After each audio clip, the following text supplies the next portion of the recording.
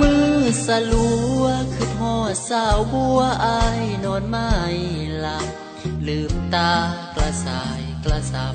นอนไม่หลับคือทอดน้องแห้งคือทอดคำหวานสิหักอายนั้นเมื่อใจคำแพงอายนอนถ้าน้องแองแมงสาวบัวแก้มแดงน้องสร้างตัวอายหักน้องทอพ้นหากบ่รู้ตนอย่ามาแกล้งหลอกบัวคงเว้าเล่นหยอกหยอกยังมาบอกหักอายเมิดใจลืมอายแล้วตีกินตัวกุจีต้มปลาคอใหญ่น้องสร้างมาเฮ็ดอายได้ไปพ่อผู้ไม่ลืมอายคนเก่าลืมน้องลืมหมดแล้วคำมันใส่บอกสิบ่ลืมกันเป็นอย่างบ่จื้อคำเว้า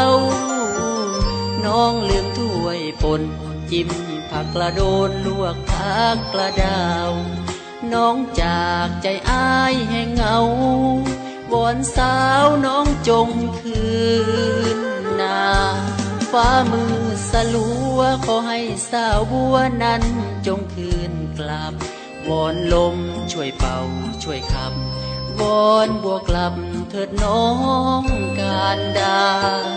ไปลี่มองได้กลับเถิดสามไว้อายคอยตั้งตาหากบัวเสียตัวไรค่าอายสิเป็นยา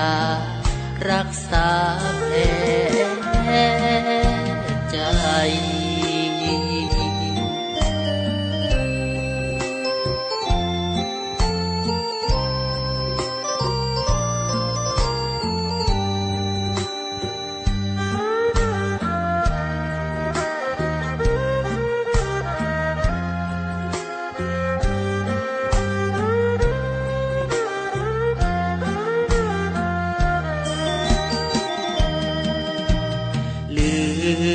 น้องลืมหมดแล้วคำมัน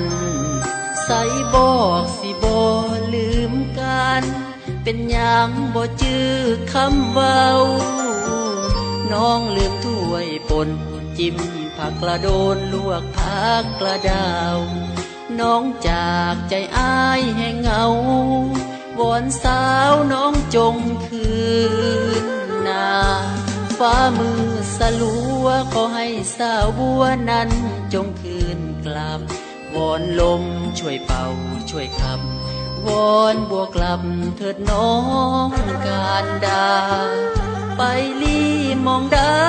กลับเถิดสามไว้อายคอยตั้งตาหากบัวเสียตัวไรค่าอายสิเป็นยารักษาแผลใจ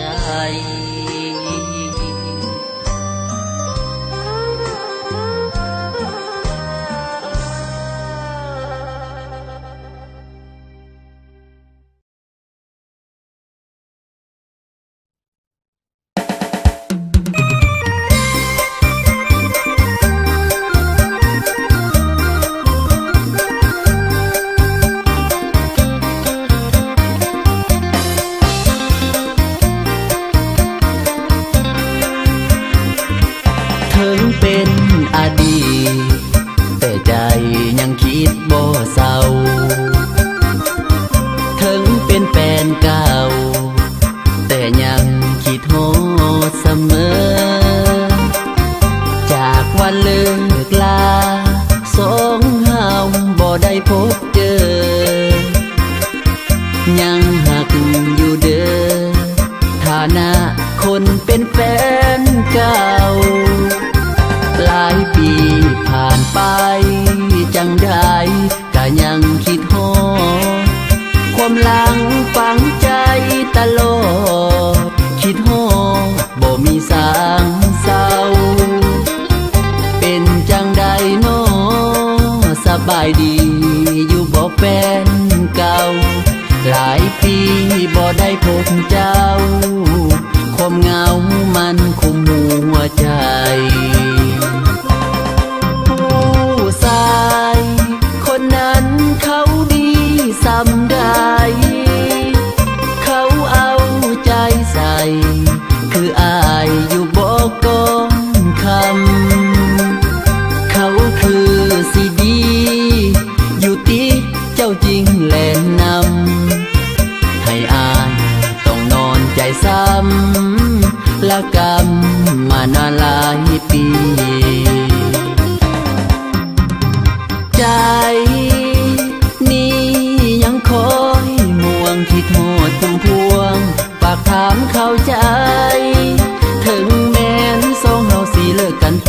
ความสำคัญทางใจ